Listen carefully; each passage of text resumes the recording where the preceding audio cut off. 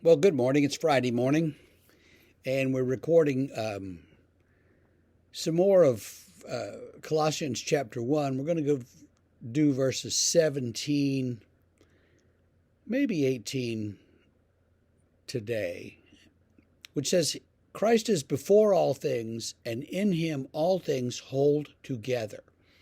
And he is head of the body, the church. He's the beginning, the firstborn from the dead, that in everything he might be preeminent. And that's Paul's real point at the end there.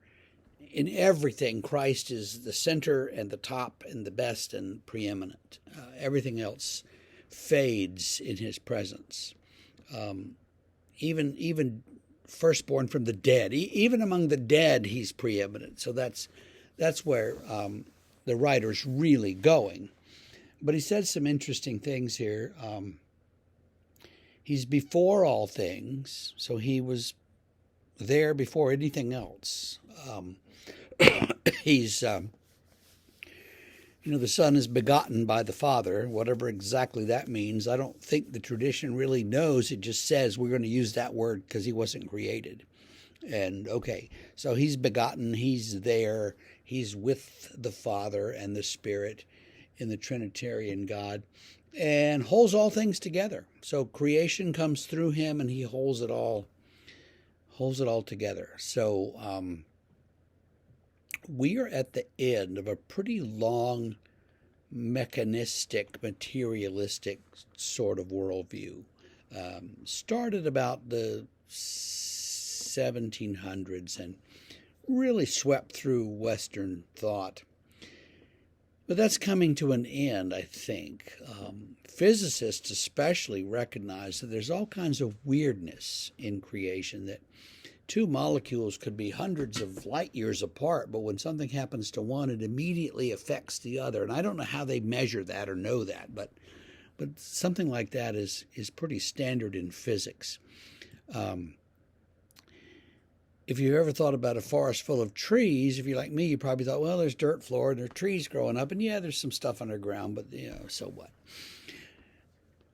But trees are communities, and they communicate underground through their roots somehow. And I don't know what they communicate, except that there's a lot more life in a forest than I ever knew. Someone told me the other day, and you'll correct me if I'm wrong here, but that redwoods tend to grow in a circle, and they're all kind of clones of each other, and they connect, and it's very strange and different.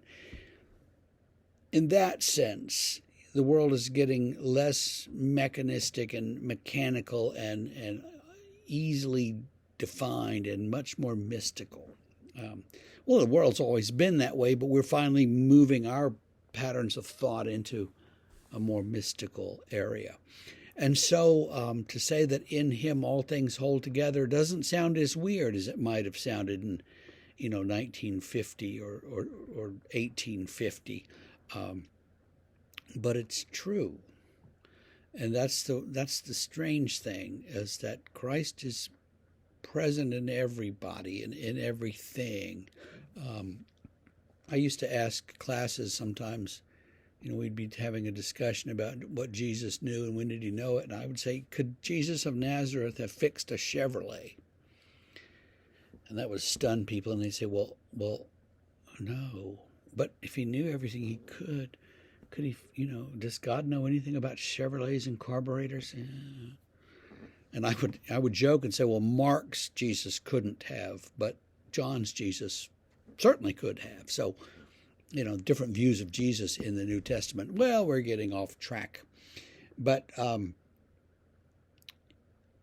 all things hold together in him. That's important for us to know.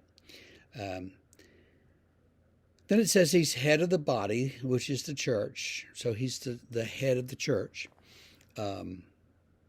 He's the beginning, the firstborn from the dead, so that in everything he might be preeminent. So he's the first one resurrected. Now, wait a minute. Lazarus was resurrected before Jesus, and somebody in the Old Testament, but they all were resurrected because of and through his resurrection. So his resurrection is first. It's preeminent. It's the most important. It's the one that matters. So think of first in that way.